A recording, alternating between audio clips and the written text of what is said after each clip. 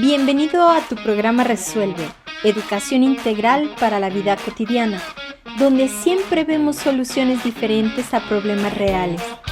Te invito a que te quedes la próxima hora con nosotros. Hola, ¿qué tal? ¿Cómo estás? Me da muchísimo gusto saludarte el día de hoy. Por fin ya estoy aquí de regreso nuevamente contigo en un espacio más para hablar de un tema muy interesante que no habíamos tenido la oportunidad de tratarlo durante todo el tiempo que llevamos de transmisión de Resuelve, pero lo vamos a tratar el día de hoy. Hoy vamos a estar hablando del yoga. Seguramente ya lo has oído, a lo mejor lo estás practicando, no lo sé, te llama la atención, pero vamos a estar hablando más a fondo qué es el yoga, para qué sirve, de dónde viene, qué podemos esperar de él. Yo soy Luis Isabel Vélez, sembradora de paz aquí en el micrófono, muy contenta de estar contigo un día más compartiendo, pues ahora sí, que todo lo que a mí me interesa que tú conozcas para que tengas una vida más plena, más feliz. Que como dijo mi invitada María Naya, pues para que te enamores de la yoga. Y ya te dije, ¿quién está aquí, María? ¿Cómo estás? Hola Isabel, qué gusto de estar aquí nuevamente contigo, con ustedes, el público en general. Para mí es un gran honor. Pues muchísimas gracias, María. Déjenme les digo que ella es una experta de un montón de temas. Yo a veces no les digo todo lo que saben hacer mis invitados, no porque no quiera o no porque no sepan hacer muchas cosas, es porque prefiero aprovechar el tiempo en cosas que creo yo, les van a ser de más utilidad. Me gustaría como ir platicando un poquito más de yoga. ¿Cómo empezamos o por dónde empezamos, María? ¿Qué es el yoga? Bueno, como siempre, ¿verdad? Las definiciones es lo importante para ubicarnos en el sitio correspondiente. Muy bien. Pues mira, yoga deriva de una palabra muy conocida para muchos, que es de un vocablo que dice yug, y ese yug significa unión. Lo que significa que yoga es la unión de ti contigo mismo, de ti con el universo, con el cosmos, de ti con tu ser espiritual, de ti con tu entorno, de ti con todos los seres humanos. Entonces, partiendo de ese concepto, entonces, yoga, unión. O sea, quiere decir que cuando estoy practicando yoga, lo que estoy haciendo es buscando unirme conmigo misma de alguna manera. Exactamente, sí. Es una manera de tratar de que, ya ves, la mente generadora de pensamientos, etcétera, etcétera, deje de estar divagando para centrarse en el aquí y en el ahora. En ese momento presente, que es el único momento que existe. ¿Sí? Esa es la función del yoga. Y fíjate que ahorita lo que acabas de decir, bueno, me has dado la razón de lo que les estaba diciendo, que divagamos mucho. Yo lo estoy percibiendo como un problema, no sé si te pase lo mismo, yo lo estoy percibiendo como un problema muy fuerte con mis alumnos, son muy distraídos. Entonces les cuesta como mucho trabajo el poner atención a una indicación o a una petición de algo que tienen que hacer, y hacen cada invento maravilloso que digo, bueno, sí está muy bonito, pero no es lo que te pedí, ¿no? Entonces, el yoga, por excelencia, podríamos decir, es la que es disciplina, ciencia encargada de fomentar la unión contigo mismo. Contigo mismo, exactamente. Y tal como lo has definido, Isabel, yoga es una ciencia porque es algo que se puede comprobar sus efectos, ¿sí? Y hoy día se está investigando científicamente mucho cómo es que actúa el yoga y bueno, nos damos cuenta de una serie de procedimientos fisiológicos a nivel del sistema nervioso autónomo, el simpático, parasimpático, y cómo ayuda a regular cada uno de los segmentos y desbloqueando cualquier raíz nerviosa o algo que pueda estar comprimida ahí, ¿verdad? Entonces, es una ciencia y es una disciplina milenaria, milenaria. Realmente su origen, algunos autores lo remontan a 2000 años antes de Cristo, otros 3000 años antes de Cristo. Hay algunos datos o vestigios de escritos que hasta se remonta a 5000 años antes de Cristo. Lo más importante y trascendental de todo esto es que es una actividad milenaria que ha venido realizando el ser humano y sigue vigente en el presente. Lo que pasa es que hoy día se está volviendo muy popular por los efectos inmediatos que está teniendo de acuerdo a las necesidades de este nuevo ser humano que ahora está teniendo. Por ejemplo, ahorita decías, es que mis alumnos son muy distraídos, o sea, no se concentran, no esto, no lo otro. Lo que pasa, son muy inteligentes, demasiado, ¿sí? La tecnología que tenemos ahorita nos trae muy distraídos, ¿sí? Los avances y todo eso que ha habido en la ciencia son buenísimos, pero ahora sí que tenemos que volvernos selectivos de qué es de lo que yo tengo que, por ejemplo, te llega un mensaje por WhatsApp, en cuanto escuchas el timbridito, ya quieres escucharlo. No pasa nada si dentro de unos minutos más tarde, cuando salgas de la clase, lo lees, pero es como una angustia de tener que estar con el contacto, ¿sí? Y todo eso va hablando de la historia de vida de lo que estamos viviendo ahorita, ¿no? Como que hay mucha deshumanización a nivel social en el sentido de que es más fácil contactar con mi celular o con mi computadora o hasta con mi mascota que con otro ser humano, porque finalmente todo mundo anda a la corre y corre. Entonces, esta disciplina milenaria se ha vuelto un hito o un ícono, ¿sí?, que nos está ayudando a centrar precisamente la atención, ¿sí? Además de todos los efectos, porque actúa a nivel físico, a nivel emocional, a nivel mental, y hay veces que les digo, bueno, ahí nos quedamos porque nosotros que somos occidentales somos muy pragmáticos, pero realmente ahí no para el efecto. Continúa en el aspecto espiritual y trascendental del ser humano. Entonces eso hace que, sin que tenga explicación o sin darnos una explicación, a veces no sabemos cómo actúa, pero actúa, porque se notan los cambios cuando una persona empieza a practicar yoga. Y los mismos familiares de esa persona que está practicando lo notan, porque dicen, ay, cuando se vinieron las vacaciones se nota, te cambió hasta el estado de ánimo. ¿Sí? Porque la postura tradicional de yoga, esa en flor de loto, ¿sí? Esa es una postura justo para meditación y justo precisamente para aquietar las fluctuaciones de la mente, que como te decía hace un momento, la mente, cada órgano en nuestro cuerpo tiene una función, y la función de la mente es generar pensamientos. Entonces ella genera una y otra cosa. Entonces, la función del yoga es ayudarte a aquietar esas fluctuaciones de la mente para que no haya esa ansiedad o angustia que con frecuencia se ve el ser humano sometido por los múltiples factores. Y aquí de lo que nos estás hablando es de esta yoga física, ¿no? Porque, por ejemplo, está el Bhakti Yoga, el Jnana Yoga y el Karma Yoga, que no son o no tienen nada que ver con la parte física o el trabajo físico, ¿no? ¿O sí? Fíjate, claro que sí tiene que ver. Es que esto es algo así como lo que hemos hecho los occidentales, como desmembrar el cuerpo, como si allá está mi físico, pum, allá lo pongo en un rincón. Mis emociones, pum, allá están en el otro rincón. Mi parte pensante intelectual, pum, en otro rincón. Lo espiritual, aunque escondido, pero ahí está en el otro rincón. Entonces, como que si estuviésemos fragmentados. Y no, todo está en todo, como una ley universal. Todo está en todo. Entonces, si yo, por ejemplo, emocionalmente estoy muy molesta, mi físico lo va a resentir, porque voy a empezar a estar muy contracturada, muy espasmódica con mi cuerpo. Entonces ahí ya tengo un vínculo. Y mis pensamientos, ¿cómo crees que van a estar? Si yo estoy toda enojada, molesta y mi cuerpo tenso, pues mis pensamientos probablemente no estén tan ecuánimes, tan filosóficos, tan ver la vida con un poquito más de optimismo. No, al contrario, me torno pesimista, ¿sí? ¿Por qué? Porque si estoy con una contractura, esa contractura me va a estar provocando un dolor. Entonces, podemos darnos cuenta cómo voy a decirle, el receptáculo, el receptor precioso, es nuestro cuerpo. Es nuestro cuerpo. Y ese nos va a estar reportando cómo anda los otros cuerpos, que forman parte de nosotros mismos. Que finalmente, bueno, el cuerpo físico es así como que el vehículo, ¿no? Que recibe y que te informa de todo lo que te está pasando para que tú lo puedas entender. Así pues, es. Vamos a seguir platicando de yoga al regresar del corte. ¡Hey!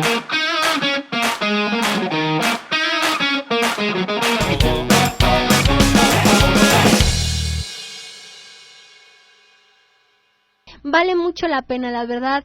Creo que de las experiencias agradables que yo he tenido ha sido yoga, que luego me duele todo, o sea, también eso que quede bien claro, o sea, el yoga no es así como que suavecito, el yoga es un ejercicio que requiere, creo que mucha concentración y mucha flexibilidad. Entonces, a ver, ¿qué te parece si retomamos un poquito lo que yo te preguntaba antes de irnos al corte, del Bhakti Yoga, Jnana Yoga y Karma Yoga, que son tipos, de acuerdo a lo que me estabas diciendo, son tipos de yoga que a veces ni siquiera conocemos, porque estamos más familiarizados con el Kundalini Yoga o con el Hatha Yoga y el otro que es el, no me acuerdo qué yoga, que ahorita nos vas a decir, que son técnicas. ¿Cuál sería la diferencia? Bueno, existen diferentes tipos de yoga. El Bhakti Yoga es cuando estamos en una meditación o en una oración. ¿Por qué? Porque todos los seres humanos tenemos esa parte espiritual que nos hace vibrar en una dimensión diferente cuando nos ponemos en paz y en contacto con nuestro ser interior o con el concepto de divinidad que tengamos cada uno, ¿no? Ahí estamos practicando el Bhakti Yoga y ese es un tipo. El Jnana Yoga, o Jnani Yoga, ese yoga del conocimiento. Este es cuando yo me pongo a estudiar y aprender cosas en relación a mi propio autoconocimiento, ¿sí? Entonces, e inclusive el conocimiento de más situaciones del mismo yoga, ¿no? Todo lo que esto implica. El Karma Yoga se le conoce como el yoga de la acción. Entonces, es cuando yo hago una acción positiva por una persona o por mí misma, ¿sí? Ese es lo que decimos, traes buen karma, ¿sí? Porque obviamente haces algo positivo y pues se te viene algo positivo. Lo que tú mandes es lo que recibes, ¿sí? Entonces, ese es el Karma Yoga, ¿no? Y el Hatha Yoga es propiamente el exclusivo de las asanas o posturas de yoga. Lo que pasa es que toda esta terminología suena así como un poquito media rara y a veces así media rimbombante, pero simple y sencillamente es terminología en sánscrito. El sánscrito era el idioma o la lengua que utilizaban los grandes rishis, los grandes sabios de la antigüedad allá en el Medio Oriente, en el Lejano Oriente. Entonces era exclusivo para, pues ahora sí como decimos hoy en la actualidad, para la gente muy académica, muy docta, muy preparada, ¿no? Que hayan tenido ciertos estudios. Sí, así es. Y esto eran los rishis y ellos utilizaban el sánscrito. Ese es el idioma.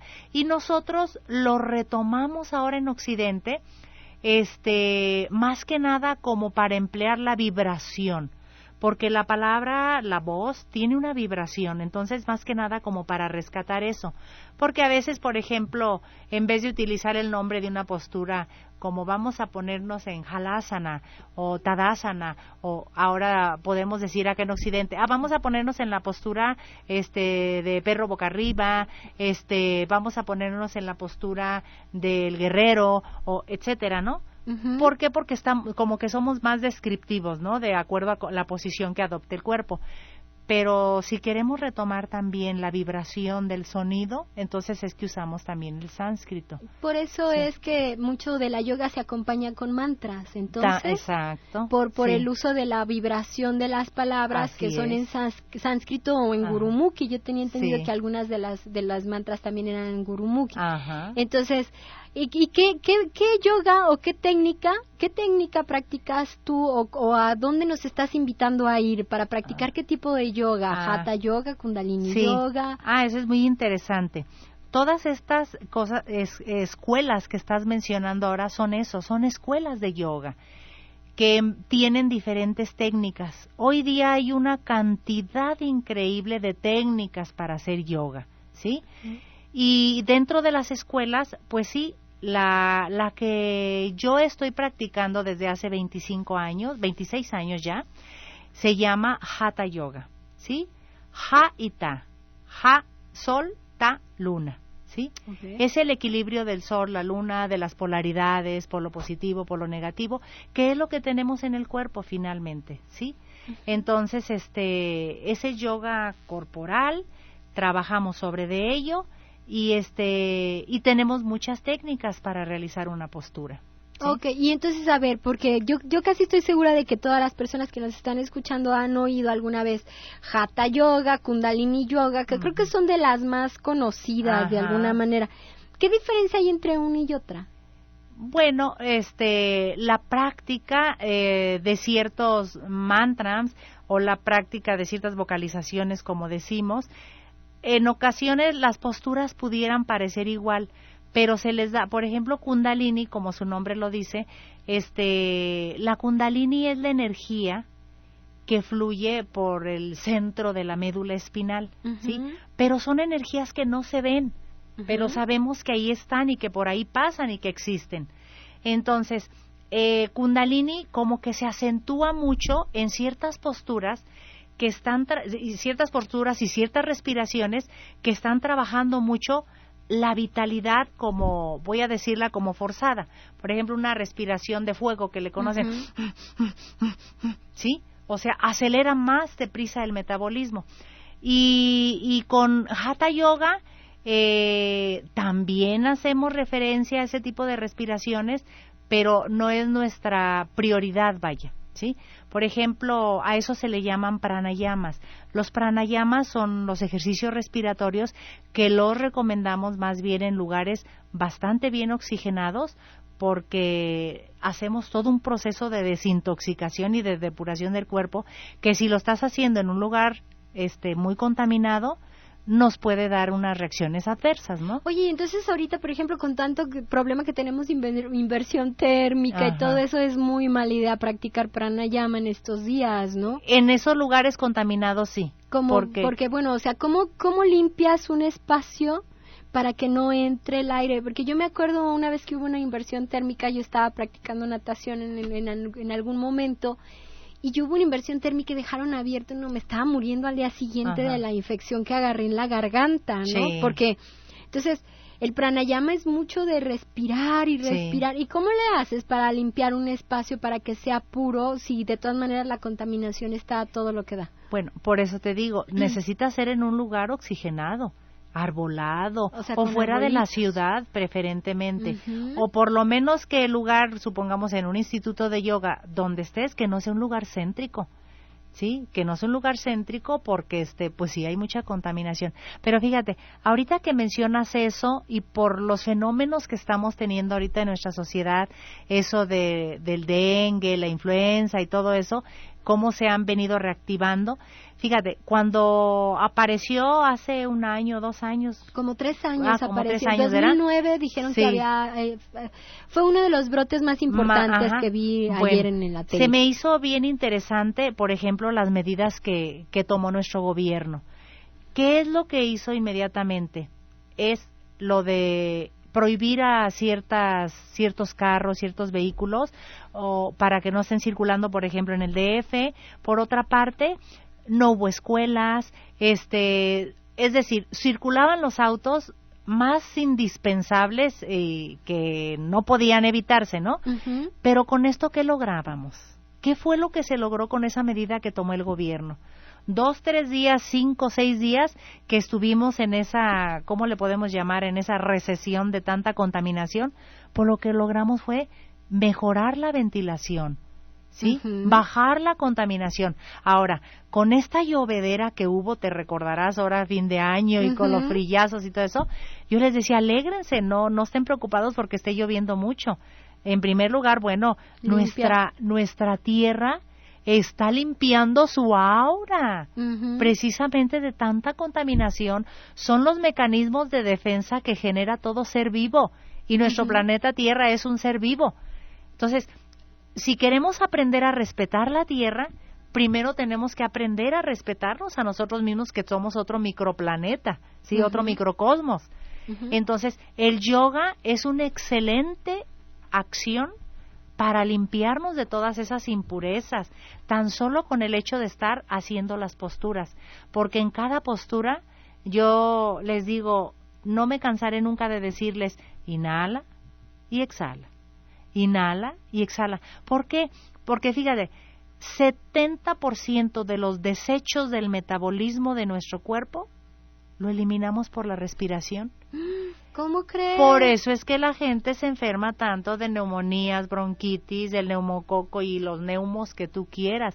Lo que tenemos que hacer, nuestro problema como humanidad no es propiamente la cuestión económica. Todo mundo, mira, si nos vamos a realidades de la población mundial, ¿sí? Casi el 60%, ¿sí? Padece de una economía muy debajo del nivel aceptable, voy a decir, o de sobrevivencia, ¿sí? Por emplear una terminología. Y otro 30% está en condiciones peor que el 60% que te acabo de mencionar.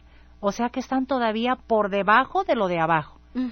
Lo que sucede es que realmente es una poca cantidad de gente con una economía muy favorecida, ¿no? Sabemos cómo está esto muy... Sí, distribuidos los millones en una distribución un de 1% economía. de la población. Bueno, sin embargo, el problema no es económico. Qué paradójico, ¿no? Nuestro problema es educacional. De acuerdo. ¿Sí? Totalmente educacional.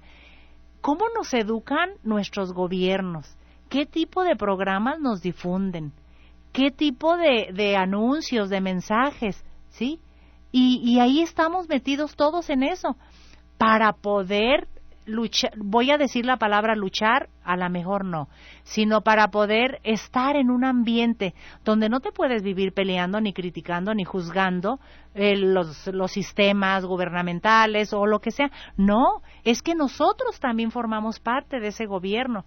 Entonces, lo que tenemos que hacer es fortalecer nuestra voluntad, ¿sí? Tener trabajos de voluntad, ¿sí?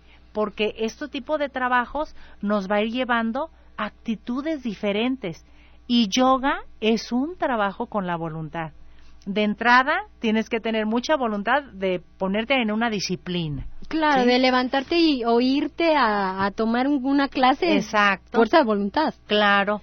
Y esa voluntad se va reflejando en el ser humano, dice, ay, qué buena aura trae esta persona, o qué buen magnetismo. A veces la gente no emplea o no sabe qué palabra emplear para describir algo de esa persona, pero no es ni más ni menos que es ese trabajo sobre sí mismo, ¿sí? Y el yoga nos enseña técnicas de cómo vivir mejor. ¿Sí? Y eso es bien interesante, y ahorita vamos a retomar una parte que creo que tiene mucho que ver ahora hablando de libertad financiera, que me pusiste así como un marco muy bonito. Vamos a hablar un poquito de eso, de lo que estás diciendo, porque creo que tienes muchísima razón. Entonces vamos a retomarlo para entenderlo, para hacerlo nuestro y para animarnos a ir a tomar pues la yoga y hacer los cambios que tengamos que hacer en nuestra vida para ser mejores seres humanos.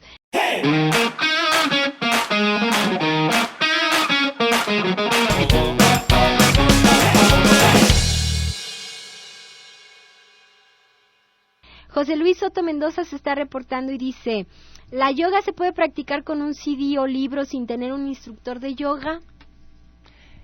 Se puede, pero cuando tú ya tienes experiencia y ya conoces cuál es el trabajo que tú tienes que hacer con tu cuerpo, ¿sí?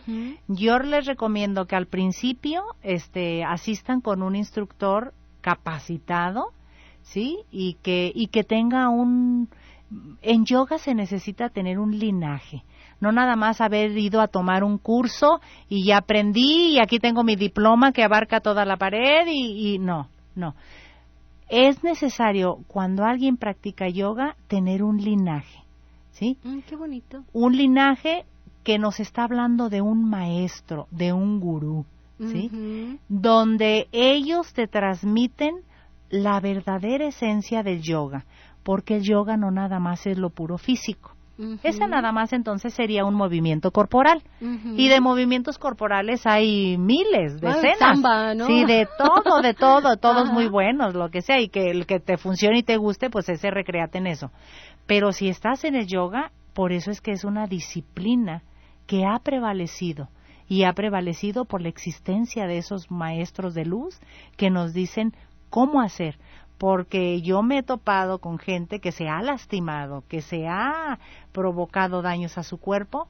Entonces, ¿qué fue lo que pasó? ¿Hizo mal el yoga? No, a lo mejor estuvo mal dirigido o mal hecho lo que su trabajo. Y eso que estás diciendo me llama mucho la atención, por eso es como que hay, por ejemplo, aquí en Guadalajara hay poquitos nombres de gente que enseña yoga, y ahora entiendo por qué, ¿no? Por el linaje, o sea, de quién vienes o cuál es la línea que tú estás siguiendo, y entonces eso es lo que te garantiza el aprendizaje adecuado del yoga, no porque, pues vamos a juntarnos afuera de la casa a practicar yoga un grupo de amigas, sí, pero ¿en dónde está el linaje de la yoga? Qué bueno que estás diciendo, eso creo que es muy importante. Viviana García Solórzano y Cecilia Solórzano se están reportando, muchas gracias. María del Carmen Barrios Alvarado, felicidades por el tema, muchas gracias. Benjamín Quesada Loera dice felicidades por el programa, muchas gracias. Ana Rosa Velasco Reynoso dice felicidades a Isabel e invitada. Cada sesión de yoga experimentas tú cosas diferentes, porque el cuerpo va trabajando en escalas cada vez superiores, porque va depurando, va desintoxicando todo. Entonces, trabajando en todas las esferas, como ya les mencioné. Entonces, con 3 van a tener una buena oportunidad de decir quiero continuar, o bueno, pues aquí hasta aquí. O hasta aquí, y a lo mejor es un quiero continuar. Yo espero que sea el camino. Las personas, cuando nos llama la atención algo, es porque es lo que necesitamos hacer. Claro. Y a veces porque no tenemos el tiempo y no queremos hacer el tiempo y no queremos destinar recursos a algo que sabemos que nos hace falta. O sea, esas son partes. Una persona que estaba yendo conmigo a la clínica de Libertad Financiera me decía el otro día, me he dado cuenta que no me gusta gastar en mi educación, no me gusta gastar en mí. O sea, en algo que yo sé que me hace falta y que lo necesito para continuar. Y no nada más le pasa a él, yo creo que nos pasa a muchas personas a veces, el no querer distraer porque creemos que luego, que después, o sea, cuando nos quitemos de la cabeza eso de ser autodidactas en todos los terrenos y que aprendamos a seguir a un maestro y disciplinarnos a un gurú, en este caso a un gurú, va a ser muy benéfico para todos, para la humanidad entera, yo me atrevería a decir. Así es. En Gracia Barrios Leal dice felicidades a la invitada, dice saludos y bendiciones a todos, un fuerte abrazo. Y ella pregunta, cuando la energía que pasa por la médula espinal está mal, ¿es cuando se desarrollan las enfermedades? Así es, ¿Sí? así es. Hay un bloqueo energético y es cuando empieza ese órgano, esa estructura muscular, etcétera, no está recibiendo adecuadamente irrigación sanguínea, el sistema nervioso está bloqueando esas áreas y no está haciendo la función adecuada, y es cuando se pueden venir, todo empieza por un simple dolor, después ya empieza a provocar inflamaciones crónicas, etcétera, etcétera, hasta que pueda degenerar en algo negativo. En algo un poco más grave. Pues bueno, ahí está la respuesta.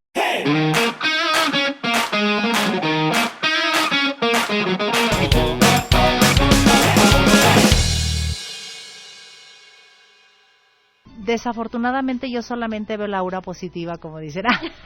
Pero la ve. El aura blanquita, así que rodea. Y yo se la veo casi a todos. Lo que pasa es que todos traemos eso, ¿no?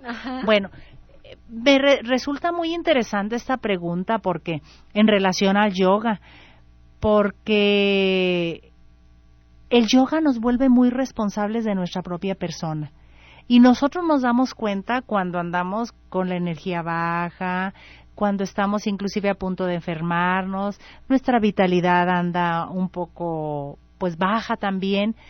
Entonces, obviamente eso va a tornar nuestra aura probablemente, no sé, se dice que amarilla cuando anda como muy envidiosa, roja cuando anda enojada, un poco más oscura cuando no sé qué. Y esa particularidad tenemos en yoga. En yoga es asumir la responsabilidad de nuestra vida, ¿sí? Asumir lo que estamos haciendo.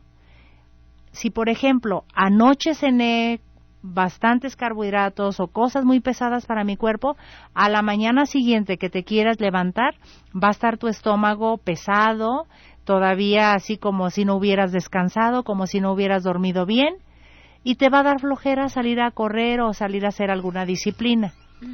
Entonces, eso tú es darte cuenta qué fue lo que hiciste que te hizo caer en eso. Pero si alguien llega y te dice, uy, sí, es que fulana de tal ya te está deseando mal, ya esto, y por eso estás así, eso es manipular al ser humano con el mismo ser humano. Y en yoga no se vale. En yoga todos somos iguales, todos somos importantes, todos estamos en un proceso de desarrollo, como dicen, que algún día alcanzarán sus pies por alejados que anduviesen, ¿sí? Entonces, cuando intentamos opacar o oprimir a otro ser humano, eso no es del yoga. Por eso te digo, yoga no nada más son posturas, yoga es toda una filosofía de vida, ¿sí? Existen 8 pasos en el yoga que le llamamos el Ashtanga Yoga, donde habla del yama, niyama, que quiere decir, por ejemplo, el yama quiere decir las cosas que necesito abstenerme para yo no estar enfermo, para yo lograr la felicidad, para yo estar contento conmigo mismo, para yo ser un ser humano autorrealizado. Tan solo con el puro yama, ¿sí? Ya estoy logrando eso. Y luego viene el niyama, que son las normas de conducta que me facilitan a mí todo este proceso del yama, ¿sí? Entonces, y luego viene el tercer nivel, que sería las asanas, o sea, las posturas. Las posturas físicas. ¿Sí? Y luego el cuarto sería el pranayama, que son las respiraciones, ¿sí? Y entonces, yama, niyama, asana, pranayama, pratyahara, el yoga de las percepciones, de lo que yo estoy sintiendo, hacerme consciente. A veces estamos tan desconectados de nuestro propio cuerpo que estamos metidos, como dicen algunos autores, en una casa que no conocemos, ¿sí? Entonces, pratyahara, dharana, que es la meditación, dhyana, la concentración, y el samadhi. Estos 8 niveles, ¿sí? Si los vamos trabajando, nos permiten entrar en un nivel de autoconocimiento y de equilibrio con nosotros mismos, con los seres que nos rodean y en contacto con la misma naturaleza. Entonces, como podemos darnos cuenta, las asanas o posturas, que es lo que la gente conoce públicamente allá y que creen que eso es yoga, es tan solo un estadio o nivel de los 8 niveles del yoga. O sea que les faltan 7 por recorrer todavía. Y por conocer y vivir, sobre todo vivir. Fíjate que me llama la atención el primero. Yo creo que a veces yo digo, bueno, ¿con qué nos podemos quedar así de sustancioso del programa si no me decido a practicar el yoga, si no me tomo la oportunidad de ir y tomar mis 3 sesiones? Esto primero que acabas de decir, ¿de qué me tengo que abstener? Que sé que tengo que dejar para yo estar bien. Y eso puede ser la comida, o sea, el azúcar, los chocolates, la cafeína. O sea, tú sabes, por tu estado de salud, tú sabes que lo tienes que dejar, pero no lo dejas. Y ahí ya estás empezando con este camino de yoga del que estamos hablando, que es el primer nivel, porque muchas veces nos arrastran nuestros gustos. O sea, ¿a qué le hace? Un refresquito de estos negros chiquito que al cabo el doctor es poquito, pero me lo tiene prohibido el doctor, pues poquito y no me va a pasar nada. Pues empieza por dejar aquello que tú sabes que no deberías de estar consumiendo o haciendo o pensando, porque muchas veces estamos muy contaminados de todas maneras. Susana González Ramírez, de 54 años de edad, ella felicita por el programa, muchas gracias, y te pregunta, ¿una persona que no ha hecho yoga y tiene sobrepeso, puede practicar yoga?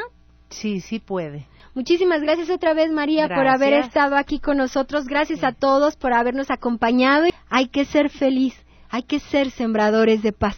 Yo soy Luisa Isabel Vélez, sembradora de paz. Hasta la próxima.